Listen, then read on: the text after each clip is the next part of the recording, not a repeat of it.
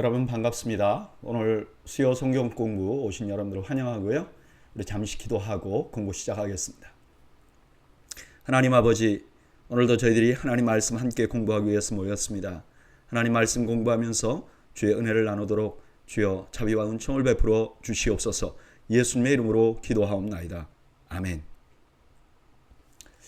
네, 오늘은 저희가 이제 디모데 전서를 공부하게 됩니다. 디모데 전서는요, 바울이 디모데에게 보낸 편지 또는 목회적인 조언, 이렇게 우리가 받아들일 수 있습니다. 디모데라는 사람은 누구냐? 아버지는 이방인이었고 어머니는 유대인이었 사이에서 태어난 사람입니다. 근데 이 사람이 이제 예수님을 알게 돼요. 그 어머니, 그러니까 외갓집의 믿음의 전통을 따라서 믿음을 갖게 되고, 그 다음에 아주 젊은 시절에 바울과 함께 동역하게 되고 에베소의 목회자가 됩니다. 그때 당시 에베소 교회는 굉장히 큰 교회였어요. 이제 이 디모데가 에베소에서 목회하고 있을 때 바울이 그 디모데에게 조언을 주는 편지가 바로 디모데 전후서입니다. 그런데 이 그 편지를 받는 디모데가 목회자이기 때문에 이거를 목회서신이라고 부르기도 합니다. 신약 성경에는 디모데 전후서와 디도서, 디도도 목회자니까 디도서를 목회서신이라고 부르기도 합니다. 자, 우리 이런 배경을 가지고 본문에 들어가서 본문을 묵상해 볼까요? 1절, 우리 구주 하나님과 우리의 소망이신 그리스도 예수의 명령을 따라 그리스도 예수의 사도된 바울은, 이제 바울이 자기를 소개하는데 그 소개하기 전에 뭐라 그러냐? 하나님과 예수님을 동등으로 놔요. 이거는 오늘날로 보면 우리가 이해될 수 있는 일이죠. 우리는 너무나 자주 이러니까. 그렇지만 1세기에는 이건 완전 파격이에요. 어떻게 하나님과 예수님을 동급으로 놓을 수 있는가? 왜죠? 예수님이 하나님의 아들이라는 확신, 삼위일체에 대한 확신이 있었기 때문에 바울이 이렇게 할 수 있었던 거죠. 그 예수 그리스도의 명령을 따라, 그러니까 이것은 자기가 사도된 것이 자원에서 된 게 아니라 피할 수 없는 것이다. 명령에 의해서 사도가 되었다. 그러니까 자기는 사도다 하는 자기 소개를 하는 거죠. 2절, 믿음 안에서 참 아들 된 디모데에게 편지하노니 하나님 아버지와 그리스도 예수 우리 주께로부터 은혜와 긍휼과 평강이 내게 있을지어다. 이제 인사를 하는데 디모데를 뭐라 그러냐면은 믿음 안에서 참 아들 되었다, 이렇게 얘기해요. 여기 아들이라는 말은 이때 당시에 제자들 중에서 아주 친밀한 제자들을 아들이라고 부르기도 했어요. 그러니까 바울이 디모데를 아들이라고 부르는 데는 큰 문제가 없는 거죠. 근데 여기서 바울이 믿음 안에서 나의 아들 되었다. 그럼 우리가 느낌이 이렇잖아요. 얘는 진짜 아들은 아닌데 어떤 의리에 의해서 혹은 다른 시스템에 의해서 아들 된 사람이다. 우리는 그렇게 생각하면 조금 참 아들하고는 좀 덜 떨어진 수준 낮은, 혹은 진짜 아들이 아닌 이런 느낌이잖아요. 근데 이때 당시를 한번 생각해 보면요, 바울이 계속 반대했던 게 뭐냐면은 육체적으로 유대인은 유대인이 아니고 믿음 안에서 유대인이 참 유대인이다, 이렇게 말했단 말이에요. 그러니까 지금 바울이 너가 믿음 안에서 내 아들 되었다 하는 것은 진짜 아들이다, 네가 소중한 아들이다 하는 의미를 가지고 있는 거죠. 3절, 내가 마게도냐로 갈 때 너를 권하여 에베소에 머물라 한 것은 어떤 사람들을 명하여 다른 교훈을 가르치지 말며 신화와 끝없는 족보에 몰두하지 말게 하려 함이라. 이런 것은 믿음 안에 있는 하나님의 경륜을 이름보다 도리어 변론을 내는 것이라. 이제 바울이 전도 여행 중에 그 디모데와 함께 다녔거든요. 근데 이제 디모데를 에베소에 놔뒀어요. 근데 그렇게 한 이유가 뭐냐?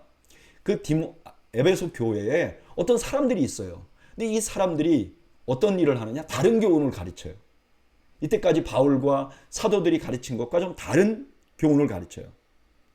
그리고 또 하나는 신화와 족보에 몰두해요. 여기 신화는 뭐냐면은 이제 약간 고대 이야기들을 가지고, 성경 안에 있는 얘기가 아니라 고대 이야기를 가지고 좀 부도덕하게 사는 걸 격려하는. 또 족보는 뭐냐? 이건 정확한 얘기는 아니지만 학자들이 이렇게 예상을 해요. 그 당시에 사람들 중에서 자기의 신분을 좀 높여보기 위해서, 자기가 괜찮은 사람이라는 걸 드러내기 위해서 자기의 뭐 조상이 누구고 따라 올라가서 뭐 나는 뭐 예를 들면 나는 모세의 후손이다. 뭐 이런 식으로 자기의 족보를 과시하려고 하는 그런 일들이 있었다는 거예요. 그래서 이 사람들이 이 교회 안에서 이런 일을 하면서 그냥 논쟁이 너무 많이 내는 거예요. 그러니까 이런 사람들을 못하게 하려고 디모데를 거기다 뒀다는 거예요. 왜 못하게 했는가?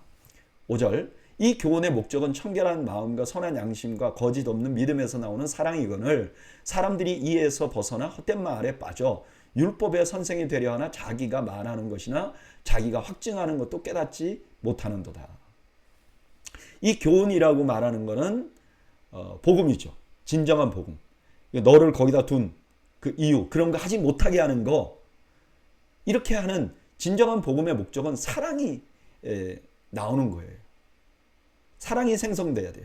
근데 이 사람들은 그냥 헛된 말을 계속 하는 거잖아요. 게다가 이 사람들이 자기가 하는 말의 결론이 뭔지도 몰라요. 자기도 알지 못하는 말을 계속 하는 거죠. 근데 이렇게 막 논쟁을 하다 보면 사랑이 없어지는 거죠. 그래서 교회가 건조해지는 거죠. 그런 거를 방지하려고 했다는 거예요. 8절 그러나 율법은 사람이 그것을 적법하게만 쓰면 선한 것임을 우리는 아노라. 알 것은 이것이니 율법은 옳은 사람을 위하여 세운 것이 아니요 오직 불법한 자와 복종하지 아니하는 자와 경건하지 아니한 자와 죄인과 거룩하지 아니한 자와 망령된 자와 아버지를 죽이는 자와 어머니를 죽이는 자와 살인하는 자며 음행하는 자와 남색하는 자와 인신매매하는 자와 거짓말하는 자와 거짓 맹세하는 자와 기타 바른 교훈을 거스르는 자를 위함이니. 그러면 이 사람들이 주로 이제 사용해서 논쟁을 벌이는 게 율법으로 하는데, 그럼 율법이 잘못됐느냐? 그건 아니라는 거예요. 율법은 이렇게 논쟁하는 데 쓰라는 게 아니고, 원래 율법의 목적은 잘못하는 사람을 그렇게 하지 않게 하기 위해서, 악한 자들의 행실에서 건져내고 혹은 그렇게 하지 않게 방지하기 위해서 만든 거라는 거예요. 그냥 율법을 그냥 율법대로만 사용하면 되는데 자꾸 논쟁에 사용하기 때문에 문제가 된다는 거예요. 11절 이 교훈은 내게 맡기신 바 복되신 하나님의 영광의 복음을 따름이니라. 여기 교훈이라는 것은 율법에 대한 바른 관점이죠. 율법은 이렇게 사용해야 되고 이러이러한 목적이 있다. 근데 이 율법을 올바른 관점으로 사용하면 그게 하나님께 영광이 된다는 거예요. 그런데 그렇게 하나님께 영광이 되도록 율법을 사용하는 유일한 방법은 복음에 의해서 그 율법을 해석하는 것이다. 이렇게 말하는 거죠. 1절부터 11절까지 정리를 해보면 이래요. 사도 바울이 이제 영적인 아들인 디모데에게 편지를 쓰잖아요. 근데 편지를 쓰면서 바울이 디모데를 거기에 남겨둔 이유를 말해요. 이유가 뭐냐? 그 에베소 교회 안에 바른 교훈을 가르치지 않는 사람들이 있었어요. 이 사람들은 족보와 신화에만 그냥 집착해서 논쟁만 만들어요. 이 논쟁 때문에 교회가 사랑의 공동체가 안 되는 거예요. 그런데 바울은 그런 사람들에 대해서 율법이라는 건 올바른 목적으로 사용해야 된다. 그 올바른 목적이는 뭐냐? 복음, 예수 그리스도가 하나님의 아들이라는 그 사실을 통해서 그 율법을 해석하고 이해해야 된다. 이렇게 말하고 있는 거죠. 우리는 이 말씀 속에서 교회가 뭘 조심해야 되는지를 먼저 보게 됩니다. 그건 뭐죠? 사랑을 깨는 논쟁입니다. 답이 없는 논쟁으로는 아무것도 이루지 못해요. 여러분, 논쟁에서 이겨도 사람들을 다 잊어버리면 어떻게 돼요? 남는 게 없잖아요. 사랑을 잊어버리면 가장 중요한 것을 잊어버리는 겁니다. 그러고 보니까 요한계시록 2장 4절 5절에 보면 에베소 교회에 대해서 이렇게 말해요. 그러나 너를 책망할 것이나니 너의 처음 사랑을 버렸느니라. 그러므로 어디서 떨어졌는지를 생각하고 회개하여 처음 행위를 가지라. 만일 그리하지 아니하고 회개하지 아니하면 내가 내게서 내 촛대를 그 자리에서 옮기리라. 에베소 교회에게 경고한 건 뭐예요? 너가 이단도 잘 맞고 하나님 말씀대로 하려고 몸부림치는 거 우리가 알아. 그러나 첫사랑을 잊어버렸어. 왜 잃어버렸을까요? 오늘 본문에서 우리가 알 수 있는 거죠. 논쟁하느라고 뭐가 옳은지 뭐가 그런지 그거 갖고 막 싸우느라고 사랑을 잊어버린 거예요. 그러니까 하나님 뭐라 그러죠? 촛대를 옮겨버리겠다. 촛대 옮겨지면 어떻게 돼요? 교회가 아니라는 얘기죠. 저는 이 말씀 묵상하면서 교회가 무엇에 집중해야 되는지를 좀 다시 한번 생각해 봅니다. 교회가 집중해야 될 것은 바로 사랑이죠. 사랑에 집중해야 되는 거죠. 사랑을 잊어버리지 말아야 하는 것이죠.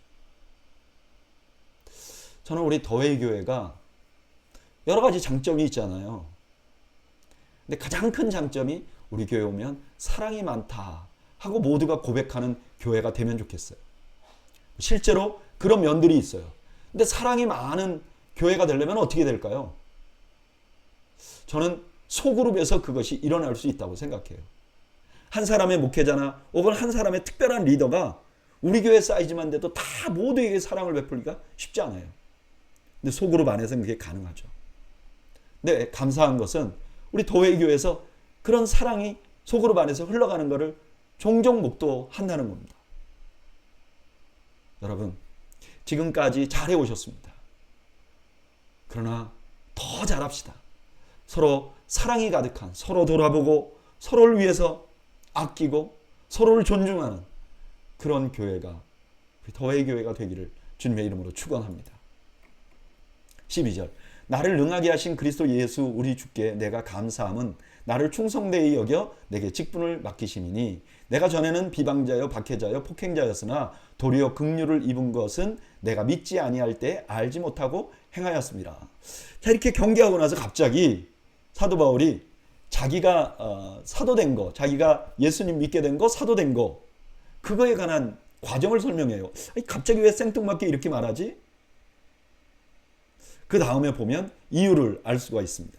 14절 우리 주의 은혜가 그리스도 예수 안에 있는 믿음과 사랑과 함께 넘치도록 풍성하였도다. 미쁘다 모든 사람이 받을 만한 이 말이요 그리스도 예수께서 죄인을 구원하시려고 세상에 임하셨다 하였도다. 죄인 중에 내가 괴순이라.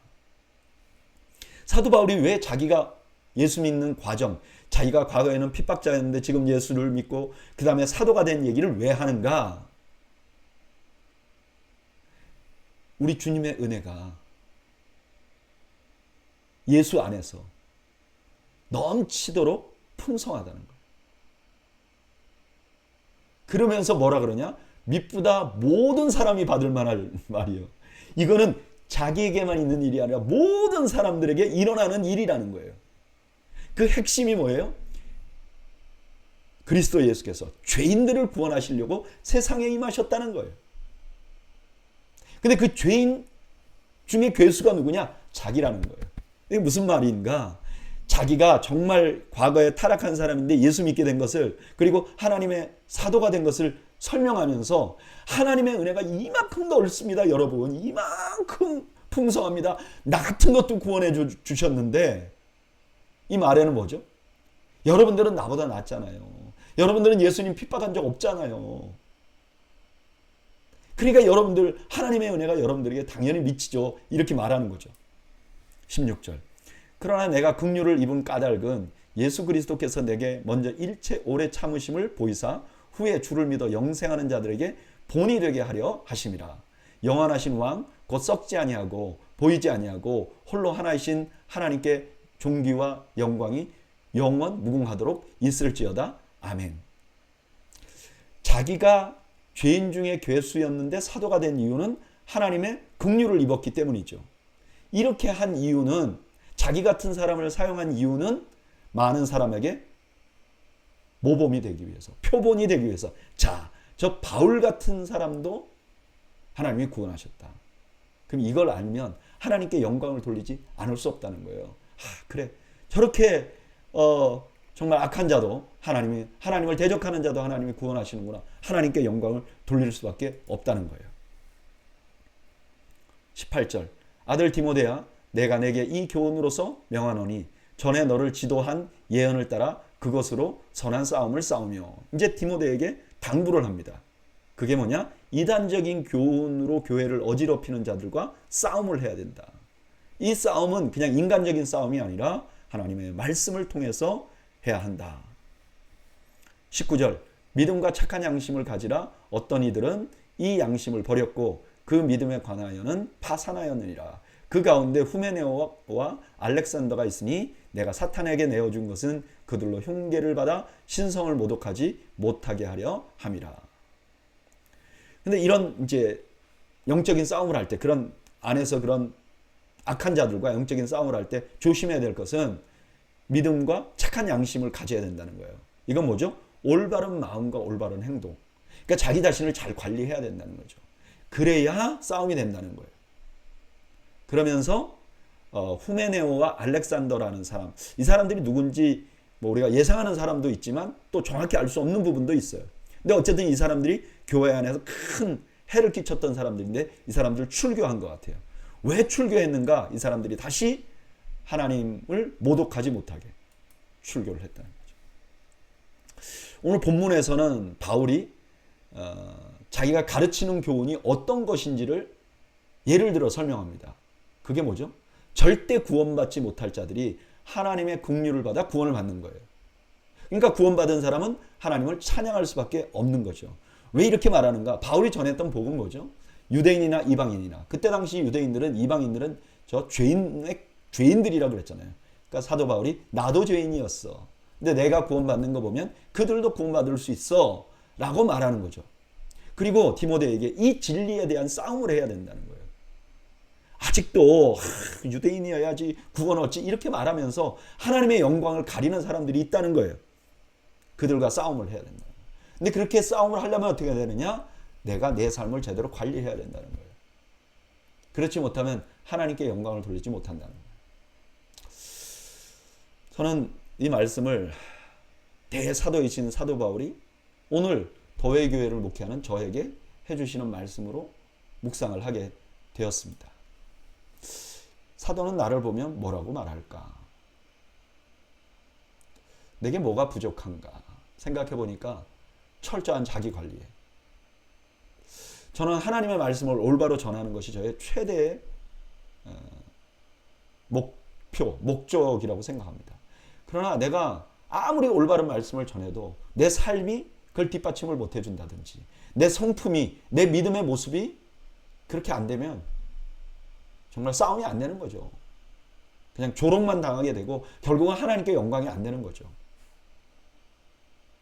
그래서 이 말씀 묵상하면서 이런 기도가 나오더라고요. 하나님, 나의 말 하나, 나의 행동 하나가 복음을 전하는데 걸림돌이 되지 않게 해주십시오.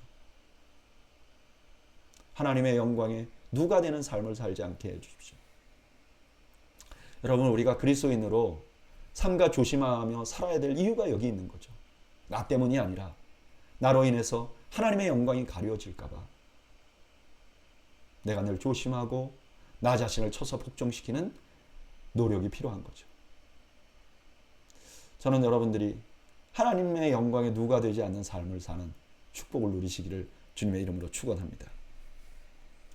이제 디모데에게 이전에는 뭔가 싸워야 될 것, 대적해야 될 것, 바로잡아야 될 것에 대한 말을 했다면 이제 디모데가 긍정적으로 해야 할 일을 말해줍니다. 2장 1절. 그러므로 내가 첫째로 권하노니 모든 사람을 위하여 간구와 기도와 도고와 감사를 하되 임금들과 높은 지위에 있는 모든 사람을 위하여 하라. 이는 우리가 모든 경건과 단정함으로 고요하고 평안한 생활을 하려 함이라. 해야 할 일 첫 번째가 뭐죠? 모든 사람을 위해서 기도해야 된다는 거예요. 모든 사람을 위해서. 여기 기도는 하나님 앞에 요청하는 거고 간구는 하나님 앞에 요청하는 거고 기도는 하나님과 교제하는 거, 그리고 도구는 다른 사람을 위해서 기도하는 거죠. 근데 어쨌든 다 통틀어서 다른 사람들을 위해서 기도하라는 거예요. 모든 사람을 위해서. 그러면서 2절에는 특별히 그 중에 정치 지도자들을 위해서 기도하라는 거예요. 왜 그러냐? 이 사람들이 정치를 잘해야 우리가 고요하고 평안하게 이렇게 신앙생활을 할 수 있다는 거죠. 뭐 만약에 정치하는 사람들이 잘못하고 뭐 전쟁을 일으키고 뭐 핍박하고 그러면 신앙생활 잘하기가 어렵잖아요. 그러니까 그들을 위해서 기도하라는 거예요. 3절 이것이 우리 구주 하나님 앞에 선하고 받으실 만한 것이니 하나님은 모든 사람이 구원을 받으며 진리를 아는데 이르기를 원하시느니라. 여기 이것은 기도일 수도 있고 고요한 생활일 수도 있습니다. 근데 4절과 연관해서 보면 기도일 가능성이 더 높아요. 2절에서 모든 사람을 위해서 기도하라고 그랬죠. 여기도 보면 모든 사람이 구원받는 것을 하나님이 원하시다. 그러니까 모든 사람이 핵심이죠. 그러니까 우리가 다른 사람을 위해서 기도하는 것은 하나님 앞에 선하고 받으실 만한 것이라는 거예요. 왜냐? 하나님은 모든 사람이 구원을 받는데 이르기를 원한다. 이거는 이런 뜻은 아니에요. 하나님은 인류 중에서 하나도 빼놓지 않고 다 구원받기를 원하시는데 하나님이 그거를 다 못 이룬다. 이런 뜻이 아니에요. 여기 모든 사람이라는 건 모든 민족, 모든 종류의 사람들, 여자나 남자나 종이나 자유자나 유대인이나 헬라인이나 누구든지 구원을 받기를 원한다는 거예요. 그러니까 너희들이 기도할 때 유대인들만 기도하고 믿을 만한 사람만 기도하는 게 아니라 그렇지 않은 사람들을 위해서도 기도해야 된다고 말씀하는 거죠. 5절 하나님은 한 분이시요 또 하나님과 사람 사이의 중보자도 한 분이시니 곧 사람이신 그리스도 예수라. 그가 모든 사람을 위하여 자기를 대속물로 주셨으니 기약이 이르러 주신 증거니라. 왜 우리가 모든 사람을 위해서 기도해야 되느냐? 하나님은 한 분이에요. 이게 왜 얘기하죠? 하나님은 한 분인데 하나님이 예를 들면 유대인들만의 것이면 온 세상이 어떻게 되겠어요? 각 족속마다 다 하나님이 있어야 된다는 얘기잖아요. 그게 아니라는 거예요. 하나님 딱 한 분이라는 거예요. 그러니까 유대인이나 이방인이나 다 똑같다는 거예요. 하나님이 한 분이니까. 7절 이를 위하여 내가 전파하는 자와 사도로 세움을 입은 것은 참말이요 거짓말이 아니니 믿음과 진리 안에서 내가 이방인의 스승이 되었노라. 여기 이를 위한다는 건 6절의 증거를 의미하는 거죠. 그 증거는 뭐예요? 유대인만이 아니라 이방인들에게도 똑같은 은혜를 입게 하나님 만드셨다는 거예요. 그래서 자기가 이방인의 스승이 되었다고 이제 사도 바울이 말하는 거죠. 오늘 2장 1절부터 7절까지는 디모데에게 이제 긍정적인 당부를 하는 거죠. 그 첫 번째가 뭐냐? 모든 사람을 위해서 기도하라는 거예요. 거짓 선생들은 아마도 나눴던 것 같아요. 이방인들, 유대인들 다르지. 그런데 그렇게 하지 말라는 거예요. 나누지 말라는 거예요. 모두를 위해서 기도하라는 거예요. 왜 그렇게 해야 되느냐? 하나님이 한 분이지 않느냐. 하나님이 어떤 하나님을 나눠서 뭐 유대인들을 또 이방인의 하나님 이렇게 하지 않지 않느냐. 그러니까 모두가 다 하나인 것이다. 그리고 그걸 위해서 자기가 불림을 받았다고 말합니다. 저는 당연히 이 말씀 묵상하면서 내가 해야 될 가장 중요한 일이 뭔가 이렇게 생각해 보면 기도라는 생각이 들어요. 여러분, 저는 교회가 해야 될 아주 중요한 사역 중에 하나가 기도라고 생각을 합니다. 오늘 이 본문 준비하면서 사무엘의 고백이 생각이 나더라고요. 사무엘상 12장 23절에 나는 너희를 위하여 기도하기를 쉬는 죄를 여호와 앞에 결단코 범하지 아니하고. 저는 이 말씀에 아멘합니다. 그리고 다시 기도해야 될 사람들 리스트를 한번 생각해 봅니다. 여러분, 내년에 우리 교회가 기도에 집중하려고 하거든요. 사도 바울이 디모데에게 교회 목회자로서 중요하게 생각하는 첫 번째 사역이 뭐냐? 기도라고 지금 말하는 거예요.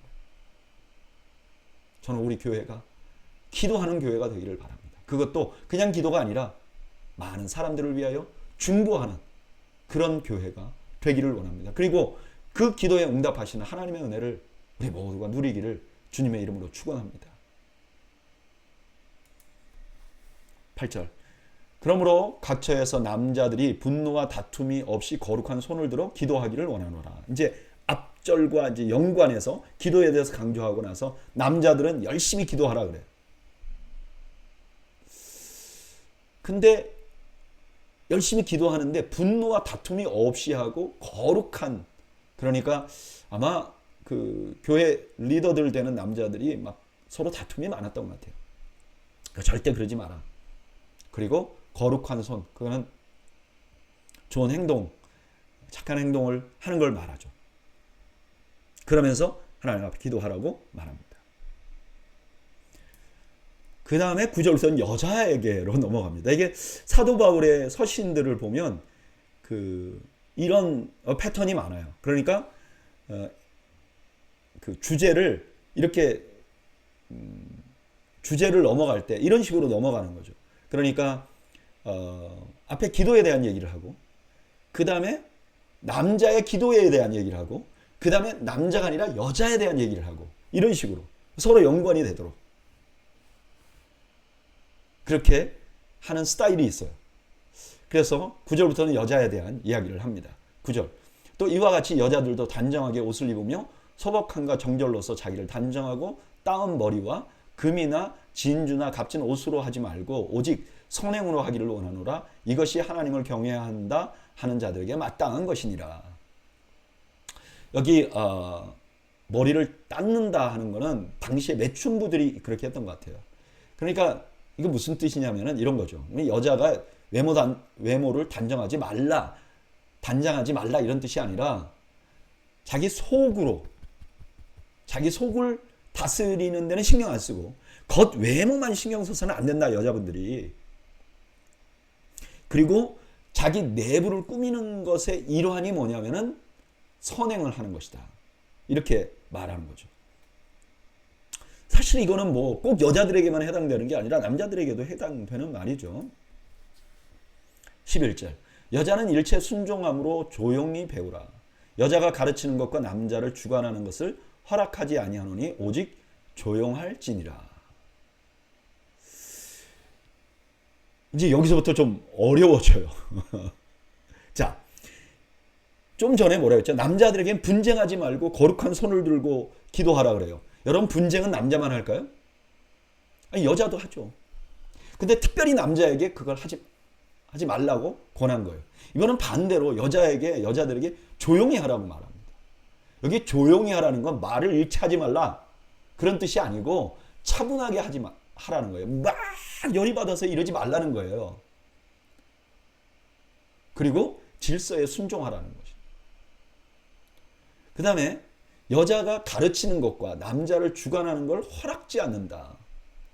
여기 12절은 아마도 남자들의 경우를 놓고 비교를 해보면 아마 공예배 시간을 의미하는 것 같아요. 그러니까 공적인 예배 시간에 가르치는 것, 이거를 이제 금하는 거죠. 그리고 남자를 주관하는 것을 허락지 않는다. 왜 이렇게 해야 되는가? 요즘 이런 얘기하면 정말 조선시대를 사느냐 뭐 이렇게 말할 수 있는 사람들도 있을 거예요. 아마 요즘만이 아니라 이 성경이 쓰여지던 당시에도 저항이 있었던 것 같아요. 아니, 왜 여자들만 이렇게 해야 됩니까? 하는 그런 그 생각이 있었을 것 같아요. 그래서 그 다음에 이런 이어지는 말씀이 나오는 거죠. 13절. 이는 아담이 먼저 짐을 받고 하와가 그 후며 아담이 속은 것이 아니고 여자가 속아 죄에 빠졌습니다. 이는 이라는 것은 내가 여자들에게 남자를 이렇게 위에서 군림하지 말고 그 다음에 가르치는 위치에 있지 않게 하라고 말한 이유는 아담이 먼저 지음을 받았다. 또 하와가 속았다. 그러니까 어떤 분들은 이렇게 말해요. 하와가 죄를 졌으니까 그것 때문에 하와가 벌을 받아서 남자를 주관하지 못하게 하는 거야. 뭐 이렇게 생각하는 사람도 있어요, 이 본문에서. 근데 그건 아닌 것 같아요. 오늘 본문에서 사도 바울은 뭘 꺼내느냐면은 창조 질서를 가지고 와요. 지금 지음받았다, 타락했다, 이거는 창조 이전에 일어나는 일이잖아요. 창조 이전에도 뭐가 있었느냐? 질서라는 게 있었어요. 이유를 알 수 없지만 질서라는 게 있었어요. 1번, 2번이 있었어요. 먼저 만들어진 것도 있고 먼저 죄진 것도 있고. 그러니까 창조에 보면 질서가 있었다는 것을 말하는 거예요. 15절. 그러나 여자들이 만일 정숙함으로써 믿음과 사랑과 거룩함에 거하면 그의 해산함으로 구원을 얻으리라. 이제 여자가 죄를 지었다 하는 말에 대해서 설명을 하는 거죠. 그거는 그냥 놔두면 오해가 많으니까. 그렇다고 해서 여자가 죄를 지었다고 해서 여자를 버린 건 아니다는 거예요. 오히려 여성이 죄를 짓고 나서도 해산을 하잖아요. 출산을 하잖아요. 이거는 구원의 표현이에요. 왜냐? 창세기 3장 15절에 보면 이렇게 말해요. 내가 너로 여자와 원수가 되게 하고 내 후손도 여자의 후손과 원수가 되게 할 것이다. 그러니까 만약에 여자가 출산을 안 하면 후손이 없어지잖아요. 그러면 이게 구원이라는 게 일어날 수 없잖아요. 사탄을 머리를 상하게 할 수가 없잖아요. 그러니까 출산이라는 건 구원의 어떤 하나님이 너를 버리지 않겠다는 사인이 되는 거라는 거예요. 마찬가지로 믿음과 사랑의 거룩함이 여러분들이 구원받은 그런 사인이 될 것이다. 이렇게 말씀하는 거죠. 오늘 이 본문 말씀은 참 어렵습니다. 이것 때문에 교단이 나눠지기도 하고 그랬던 말씀들이에요. 일단 제가 솔직하게 말씀드리면 저의 성향과는 잘 안 맞아요. 저는 본래적으로 차별받는 거에 대해서 저항감이 심합니다. 저는 여자가 남자 차별하고 남자가 여자 차별하는 거 원하지 않아요. 미국 사람이 한국 사람 차별하는 거, 한국 사람이 미국 사람 차별하는 거, 돈 많은 사람이 돈 없는 사람 차별하는 거, 많이 배운 사람이 적게 배운 사람 차별하는 거, 저는 차별 자체가 너무 싫어요. 저 잘 안 맞아요. 저랑. 그런데 더군다나 세상의 반은 남자고 반은 여자잖아요. 근데 여자는 남자를 주관하면 안 된다. 이렇게 하면 이게 받아들이기가 쉽지 않아요. 근데 이 말씀을 묵상하면서 적어도 두 가지 면에서는 분명하게 이해가 되는 부분이 있어요. 첫째는 뭐냐면 질서라는 거예요. 여러분, 질서는 우월하고 열등함의 문제가 아니에요. 공동체라는 게 있으면 공동체가 무너지지 않으려면 어떤 방식이든지 질서가 필요해요. 그러면 어떤 방식이 가장 좋은 방법일까요? 무엇이 질서를 만드는 가장 좋은 방법일까요? 능력이요?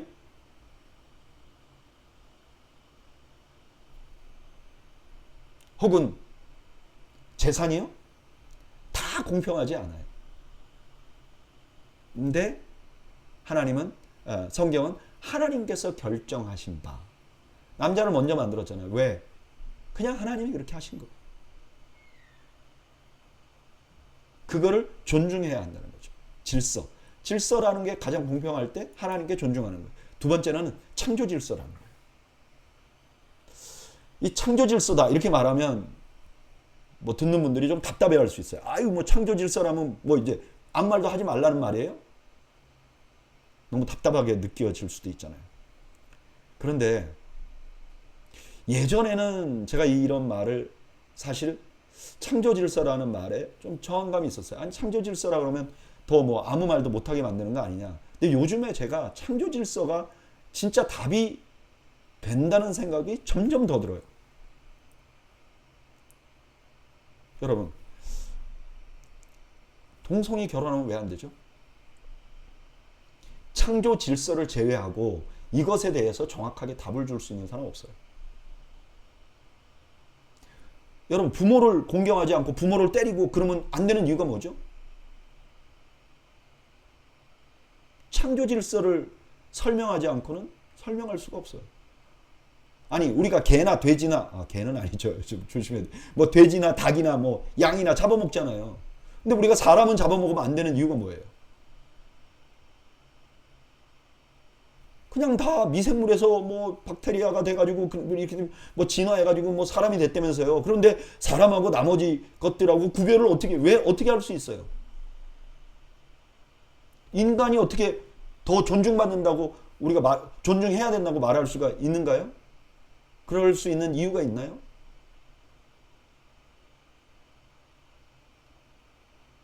여러분, 이거 창조 질서로 돌아가지 않으면 답이 없어요. 제가 이번에 성경 공부 준비하면서 재미있는 자료를 봤는데 1933년에 독일에서 동물보호법이 만들어졌대요. 거의 세계 최초이거나 아니면 독일에서는 적어도 최초고 상당히 이런 시기에 동물보호법이 만들어졌어요. 근데 이거 누가 만든 줄 아세요? 히틀러가 만들었어요. 근데 그 히틀러가 어떻게 했죠? 사람은 600만이나 죽였어요. 그리고 죄책감이 없어요. 창조 질서라는 답을 빼버리고 누가 그 사람에게 정죄하겠어요? 어떤 면에서 창조 질서는 우리가 설명할 수 없는 일들에 대한 답을 우리에게 주는 거죠. 그래서 저는 이 말씀 묵상하면서 이런 고백을 할 수밖에 없어요. 하나님, 어떤 부분 내가 이해가 안 되는 부분이 있습니다. 내 성향하고 맞지 않는 부분이 있습니다. 그러나 말씀이 그렇다면 저는 순종하겠습니다. 여러분, 저는 우리 더웨이 교회가 그런 교회가 되면 좋겠어요. 말씀이 그렇다면 내 뜻에 맞지 않지만, 내 생각에 맞지 않지만 굴복할 수 있는 믿음만이죠. 저는 저와 여러분들이 그런 믿음을 소유하시기를 주님의 이름으로 축복합니다. 3장 1절 미쁘다 이 말이요 곧 사람이 감독의 직분을 얻으려 함은 선한 일을 사모하는 것이라 함이로다. 자, 이제 바울이 디모데에게 첫 번째는 그 안에서 논쟁하는 사람들에 대한 얘기를 했잖아요. 두 번째는 기도하라고, 그리고 교회 안에 질서를 잘 세우라고 이렇게 말했잖아요. 그리고 세 번째는 뭐냐면 직분자를 세우는 거에 대해서 얘기해요. 이만큼 교회 안에서 직분자를 세우는 것이 중요한 일입니다, 여러분. 자, 그 첫 번째 말이 뭐예요? 감독에 대한 얘기예요. 이 감독은 오늘날로 말하면 목사나 장로를 합쳐놓은 역할을 말하는 거죠. 그런데 거기에 뭐라고 말하죠? 곧 사람이 감독의 직분을 얻으려 하면 선한 일을 사모하는 것이라 함이로다. 교회 지도자의 첫 번째 덕목은 뭐냐면은 직함이 아니에요. 섬김을 사모해야 된다. 뭔지 아시겠죠? 어떤 분들은 이런 분들이 있어요. 내가 우리 교회는 없죠, 당연히. 내가 장로가 되는 게 가문의 영광이야. 아니, 가문의 영광 맞죠? 뭐 그럴 수도 있어요. 그런데 왜 직분을 맡으려고 하느냐는 거예요. 내가 선한 봉사를 많이 하려고 하는데, 그러려면 그 직분이 그 선한 섬김을 잘 할 수 있기 때문에 맡아야지. 내가 직분을 맡는데 목적을 두고 내가 내가 저 포지션을 가져야지. 이러면 그건 벌써 틀린 거라는 거예요. 2절 그러므로 감독은 책망할 것이 없으며 한 아내의 남편이 되며 절제하며 신중하며 단정하며 나그네를 대접하며 가르치기를 잘하며. 책망할 것이 없다는 건 아무 죄가 없다는 게 아니라 큰 흠이 없다는 거예요. 그리고 결혼 생활의 모범이 되어야 된다는 거예요. 한 아내의 남편이 되어야 된다. 그러니까 남자여야 한다는 거죠. 여기 절제는 술 취하지 않는 것, 신중하는 것은 마음을 잘 다스리는 것, 단정함은 외형적으로 이렇게 옷을 봐도 단정히 입어야 된다는 거예요. 그리고 나그네를 대접하는 넉넉한 마음이 있어야 되고, 그 다음에 가르치는 은사가 있어야 된다. 제가 예전에 한국에서 사역할 때 어떤 분이 저한테 이런 얘기를 했어요. 그 부목사님 중에 한 분이 물어본 것 같아요. 목사님, 설교를 못하는데 목사가 되고 싶으면 어떻게 되죠?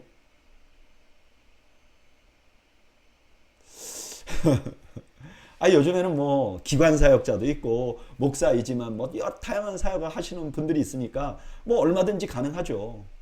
또 교회가 워낙 이제 대형화되어 있으니까 뭐 어떤 교회는 그냥 행정만 하는 목사님들도 있잖아요. 근데 저는 그렇게 말할 수 없었어요. 왜요? 여기 보면 감독이라는 사람은 가르치는 역할을 해야 돼요. 그러니까 나는 설교를 못한다, 가르치는 거 못한다, 그러면 정말 신중하게 내가 꼭 목사여야 하는지 생각해 봐야 된다고 권한 거죠. 어쨌든 이만큼 아주 철저하게 세우라고 말해요. 3절 술을 즐기지 아니하며 구타하지 아니하며 오직 관용과 다투지 아니하며 돈을 사랑하지 아니하며. 술은 모든 중독을 의미하죠. 구타는 자제력이 부족하고 또 관용하다는 건 부드럽다는 거예요. 아주 모가 난 사람은 안 된다는 거예요. 다투지 않는다는 건 어떤 거죠? 상대방의 의견을 잘 듣는 사람이죠. 돈을 사랑한다는 건 돈이 없이 살아야 된다 이런 뜻이 아니고, 돈에 온통 관심이 빠져 있으면 안 된다는 거죠. 4절 자기 집을 잘 다스려 자녀들로 모든 공손함으로 복종하게 하는 자라야 할지니 사람이 자기 집을 다스릴 줄 알지 못하면 어찌 하나님의 교회를 돌보리요. 자녀 교육을 잘 하는 사람이어야 된다는 거예요. 이거는 뭐 이런 경우는 있잖아요. 목사님이나 장로님이나 뭐 교회 직분자들이 자기 자녀를 교육을 잘했는데 애가 믿음이 없어. 그럴 수도 있어요. 근데 여기서 말하는 건 이런 거예요. 철로 역정에 보면 이제 그 크리스찬이 천국으로 가는 그 여정 가운데 일어난 일을 기록한 것 이렇게 재밌게 그린 거잖아요. 거기 수다쟁이라는 사람이 등장을 해요. 이 사람은 막 뭐든지 잘 떠들어요. 막 아는 척하고 막 그래요.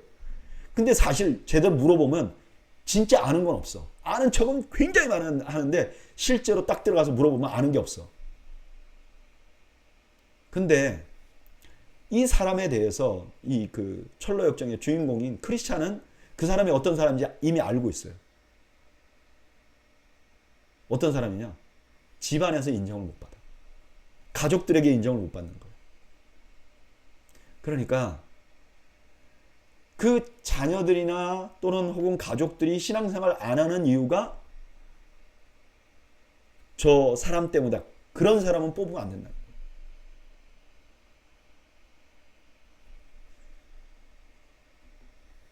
뭐 우리 교회도 그렇게 이제 받긴 하지만 예전에 어떤 교회에서 이제 장로님을 뽑을 때 그 부인이 이제 사인을 해줘야 되는 거예요. 이제 사인을 해야 이분을 너미네이트 할 수 있는 거예요. 근데 그 부인이 사인을 안 해줘가지고 너미네이트 안 된 경우도 봤어요. 그나마 이런 말씀에 근거해서 교회가 시스템을 만든 것 같아요. 6절 새로 입교한 자도 말지니 교만하여져서 마귀를 정죄하는 그 정죄에 빠질까 하며 또한 외인에게서도 선한 증거를 얻은 자라야 할지니 비방과 마귀의 올무에 빠질까 염려하라. 초신자는 안 되는 거예요. 그러면 교만해질 수 있다는 거예요. 여러분 직분이 사람을 만든다는 말은 비성경적인 말이에요. 물론 이런 경우는 있어요. 어떤 사람이 그 직분을 맡기 전에는 그 사람이 그런 능력이 있는지 없는지 우리가 검증할 길이 없잖아요. 그러니까 어떤 분들은 세워놓으니까 더 잘하더라 이렇게 될 수는 있어요. 그건 충분히 가능해요. 그게 틀렸다는 말은 아니에요. 근데 이런 경우는 아니라는 거예요. 저 사람은 아직 이 성경 근거에 보면 전부 다 부족해. 그냥 여기에 퀄리파이 되는 게 거의 없어. 근데 우리가 지금 한 사람 세우긴 세워야 돼. 이분이 퀄리파이 안 돼 있지만 그래도 세워놓으면 뭐 어째도 하지 않을까? 이렇게 하면 안 된다는 거예요. 저는 많은 이민교회들이 겪는 어려움 중에 가장 큰 핵심이 이거라고 생각해요. 자격이 없는 준비가 안 된 사람이 목사가 되고 준비가 안 된 사람들을 장로로 세우고 교회가 어려운 거예요. 그리고 적어도 믿지 않는 사람들에게도 인정받는 사람이어야 된다고 말합니다. 자, 오늘 본문에는요. 여자가 복종해야 될 대상이었던 지도자들, 교회 지도자들은 그건 여자만이 아니죠. 남자들도 그 지도자들에게 복종해야 되죠. 그러면 이런 생각이 들잖아요. 어떤 사람들은 뭐 그렇게 권세를 누리고 우리는 왜 맨날 복종해야 되느냐? 아니라는 거예요. 지금 감독자들, 감독하는 사람들은 더 엄격하게 우리가 잣대를 대야 된다는 거예요. 왜냐하면 리더가 올바로 서지 못하면 이게 질서라는 게 안 돼요. 여러분 생각해 보세요. 복종하라. 그런데 그 다스리는 사람이 엉망진창으로 한다면 그게 어떻게 복종이 되겠어요? 말도 안 되는 거죠.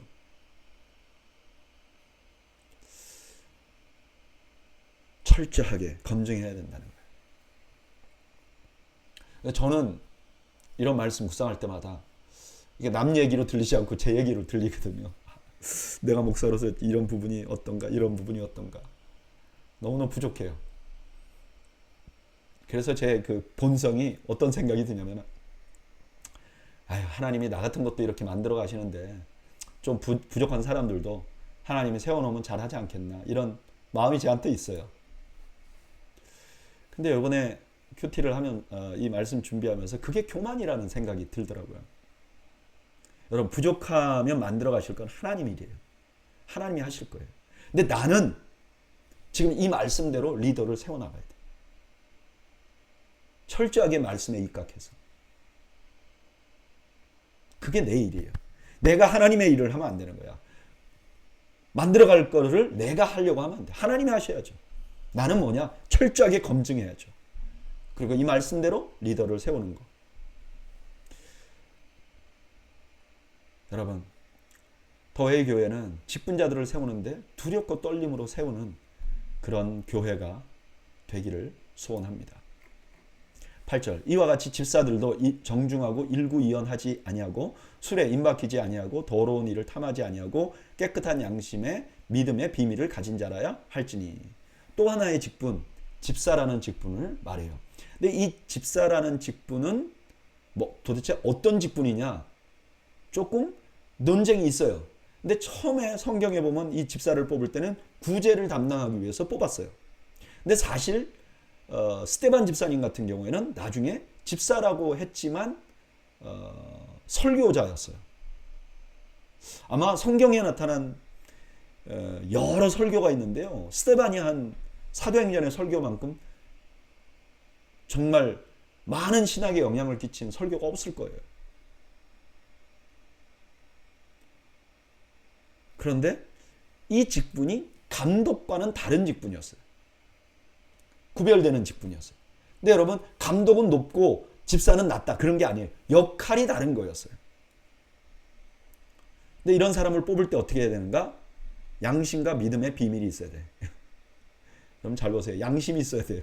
양심이 없는 사람 세우면 안 돼. 그리고 양심만 있고 믿음이 없는 사람도 안 돼요. 믿음과 양심이 다 있어야 돼요.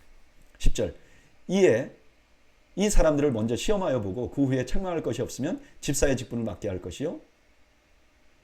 여자들도 이와 같이 정숙하고 모함하지 아니하며 절제하며 모든 일에 충성된 자라야 할지니라. 시험을 해보라고 해요. 일정 기간 지켜보라는 거예요. 그리고 이 집사는 여자들도 가능한 것 같아요. 그러나 여자 집사님들은 남자 집사님들과 다른 기준을 가지고 있어요. 성경은요, 남자와 여자를 다르게 봐요. 다른 존재라고 봐요. 다른 특질을 가진 사람이라고 보는 거죠.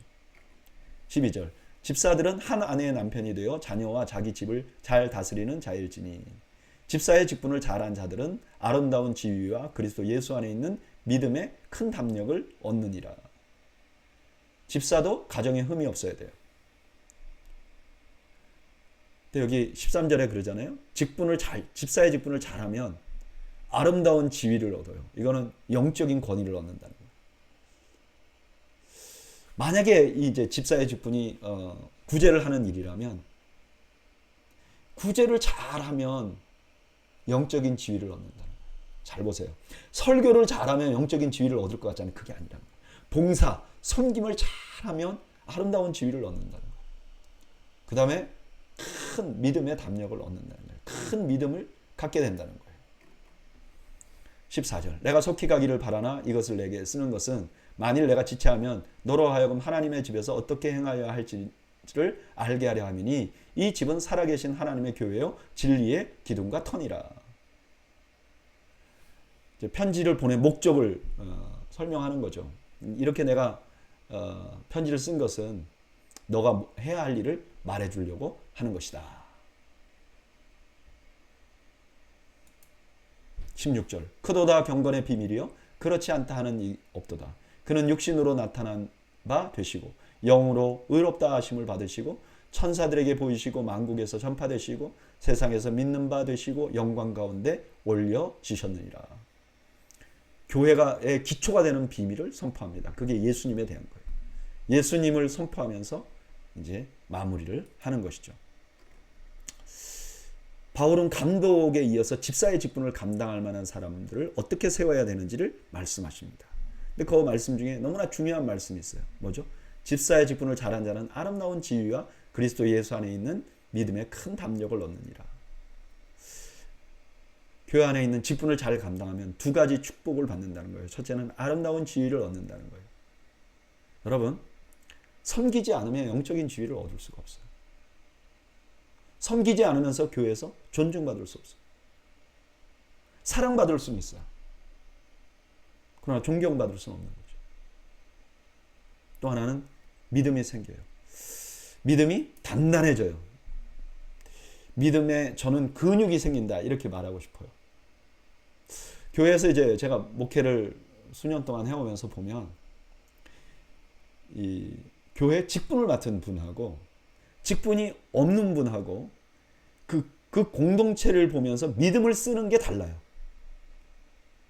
아무래도 직분을 맡으면 공동체에 대한 책임을 느끼고 그 공동체를 믿음으로 바라보는 그런 능력이 생기는 것 같아요. 그런 의미에서 직분은요, 참 우리에게 큰 축복이 되는 것 같아요. 저는 먼저 저를 목사로 삼아주신 하나님께 감사합니다. 목사가 아니었으면 훨씬 더 믿음도 없고 영적으로 하나님 앞에 사랑받고 존중받을 수 없었을 텐데 하나님이 저를 세우신 것에 감사해요. 근데 저는 오늘 성경 공부 오신 여러분들도, 뭐 여러분들 중에 직분을 이미 맡으신 분도 있고 또 맡지 않은 분들도 있으실 거예요. 여러분, 우리가 하나님 앞에 봉사하고 섬길 수 있는 기회는 하나님의 큰 축복이에요. 봉사하고 섬기는 그 직분은 교회 안에서 높고 낮음이 없어요. 뭐가 중요하고 뭐가 중요하지 않는다는 건 없어요. 그러나 내가 어떤 부분 하나님의 교회를 위하여 섬기면 그것 자체가 우리에게 엄청난 축복이에요. 그래서 교회에서 어떤 섬김을 부탁을 하면 대답은 이거죠. 난 부족합니다. 그러나 최선을 다해 보겠습니다. 그럼 이게 대답이어야죠. 그리고 섬기면 하나님께서 우리에게 영적인 큰 은혜를 주시겠다는 거예요. 저는 이런 은혜를 여러분들이 누리시기를 주님의 이름으로 축원합니다. 오늘 말씀을 전체를 돌아보면 사도 바울이 디모데에게 편지를 보낸 편지의 앞부분, 전서의 일부분을 우리가 공부했어요. 첫째는 교회 안에서 이단 사설을 말해서 분쟁을 일으키는 자들을 잠잠하게 하거나 추방하는 것. 그 다음에 교회를 위하여 기도하는 것, 질서를 세우는 것. 그리고 질서를 세우는 것 중에 중요한 게 직분자를 세우는 것. 이것이 교회가 든든히 서가는 아주 중요한 사역 중에 하나라는 거예요. 저는 우리 교회가 이제 그 한 스텝 한 스텝 나가는 것 같아요. 근데 저는 우리가 나가는 한 스텝 한 스텝이요, 인간의 계획으로 세워지는 교회가 아니기를 바라요. 이 안에 하나님의 능력, 하나님의 이끄심을 우리 모두가 경험하는 그런 교회가 되면 좋겠다 하는 생각이 이 말씀을 준비하는 내내 들었습니다. 여러분, 좋은 교회 만들어 갑시다. 그래서 정말 우리 교회를 생각하면서 많은 사람들이 하나님께 영광을 돌리는 그런 더웨이 교회가 되기를 간절히 소원합니다. 기도하겠습니다. 하나님, 오늘 말씀을 통해서 우리를 바라보고 또 교회를 바라볼 수 있도록 은혜를 주셔서 감사합니다. 우리 더웨이 교회가 하나님이 기뻐하시는 교회가 되게 하시고 하나님이 원하시는 것들을 하나하나 실행해 나가는 저희들이 될 수 있도록 은혜를 베풀어 주시옵소서. 감사합니다. 예수님의 이름으로 기도하옵나이다. 아멘. 이상으로 오늘 수요 성경 공부를 모두 마쳤습니다. 여러분들 가정에 하나님이 주신 평강이 가득하시기를 주님의 이름으로 축원합니다. 감사합니다.